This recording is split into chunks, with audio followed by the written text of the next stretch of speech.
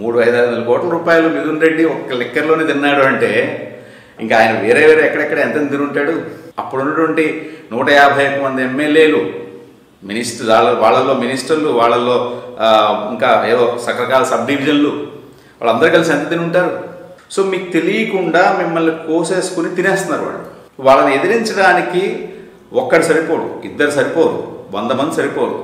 కానీ 94% మనం ప్రజలం, 6% మందే రాజకీయ నాయకులు. మనం ఇంతకుముందు మాడుకున్నాం, దాని గురించి డిస్కస్ చేసుకున్నాం. కరెక్ట్గా తలుచుకుంటే రోజులో 10 నిమిషాలు మీరు వెచ్చించాల్సింది, రూపాయి కూడా ఖర్చు అవసరం లేదు. 10 నిమిషాలు మీరు వెచ్చించాలి.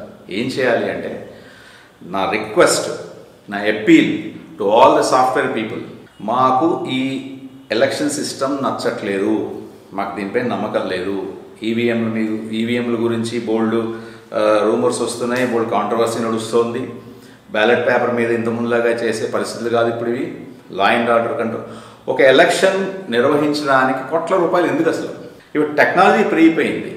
ఫోన్పే, జీపే, ఇంకా UPI payment mode, net banking, mobile pay, ఇంకా ఇలా రకరకాల పేమెంట్ మెథడ్స్ వచ్చాయి. వాటన్నిటికంటే కూడా చాలా క్లిష్టతరమైంది ఆ ఓటింగ్ అనేది. అది అంతకంటే హై సెక్యూరిటీ కావాల్సినటువంటి ఎలిమెంట్ ఇది. ఓటీపీ క్యాప్సీ ద్వారా మనం ఎందుకు ఓటింగ్ చేయకూడదు?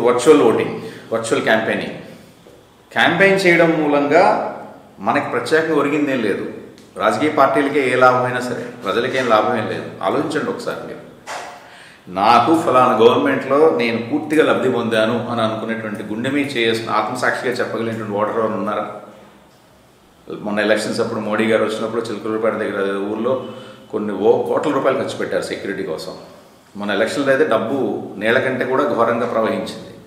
So virtual voting and virtual campaigning, ఈ 2 సిస్టమ్స్ వల్ల మన ఎకానమీ చాలా సేవ్ అవుతుంది. అంటే ఈ ఎలక్షన్స్ కోసం ఖర్చు పెట్టేటువంటి డబ్బు చాలా సేవ్ అవుతుంది. వర్చువల్ క్యాంపెయినింగ్లో ఏమవుతుందంటే, ఏ ఒక్క పొలిటీషియన్ కూడా పబ్లిక్ మీటింగ్ పెట్టకూడదు. ఇది చట్టం తీసుకురావాలంటే ప్రజల నుంచి పిల్ వేయడం ద్వారా, ఈమెయిల్స్ పంపించడం ద్వారా ఎలక్షన్ కమిషన్కి ఒత్తిడి తీసుకురావాలి. మనమేమి ధర్నాలు చేయక్కర్లేదు, లేకపోతే రోడ్ల మీద లాఠీ ఛార్జీల్లో దెబ్బలు తినాల్సిన అవసరం లేదు. ఇంట్లో కూర్చొని సింపుల్గా మెయిల్ పంపించండి. ధైర్యంగానే మీ ఆధారు, మీ ప్యాను, మీ ఓటర్ ఐడి, మీ మొబైల్ నంబరు ఇచ్చి, అయ్యా మాకు virtual campaigning and virtual voting కావాలి, దీనివల్ల ఎకానమీ బాగుపడుతుంది, లా అండ్ ఆర్డర్ ప్రొటెక్ట్ అవుతుంది, ప్రతి ఒక్క ఓటర్ ఓటేసేటువంటి అవకాశం వస్తుంది.